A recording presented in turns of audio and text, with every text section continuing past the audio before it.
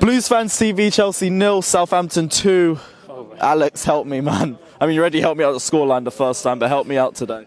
Oh, no. I mean, if I'm going to be honest, I mean, I just don't get it. I mean, look, I'll say one thing.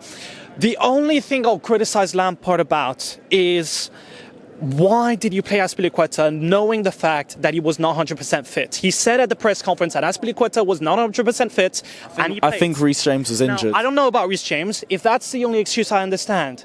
But it was clear that down that side, we were basically, I don't know, we were basically completely all over the place on that end. And you had players like Rudiger, Zuma having to take care of that side when it was Aspi's job to really do it. But the problem is he wasn't fit because apparently it was a hamstring issue that he had. And then we also have another problem where against the top 10 teams, we do well. We actually give it our all. Against the bottom 10 teams, however, it's absolute madness. We don't set the tempo.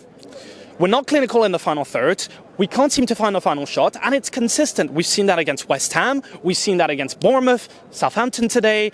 How many games do I have to name here? So then there's a consistent problem with us struggling against teams that sit deep against us. Exactly. But it's not just sitting deep. It's also the way that Southampton countered. The way they countered is exactly what we should be doing. Instead, what do? We counter slowly. We basically just pass left, right, and center and don't focus on the counter. Don't focus on catching them on the break. And that is why we're not being able to get the shots in the final third. So that needs to change when it comes, whether it's a training issue or a tactics issue, that needs to change. Not only that, I think we definitely miss Kovacic. Definitely. Because obviously Jorginho to me can't really fill up that role that Kovacic really has for this team.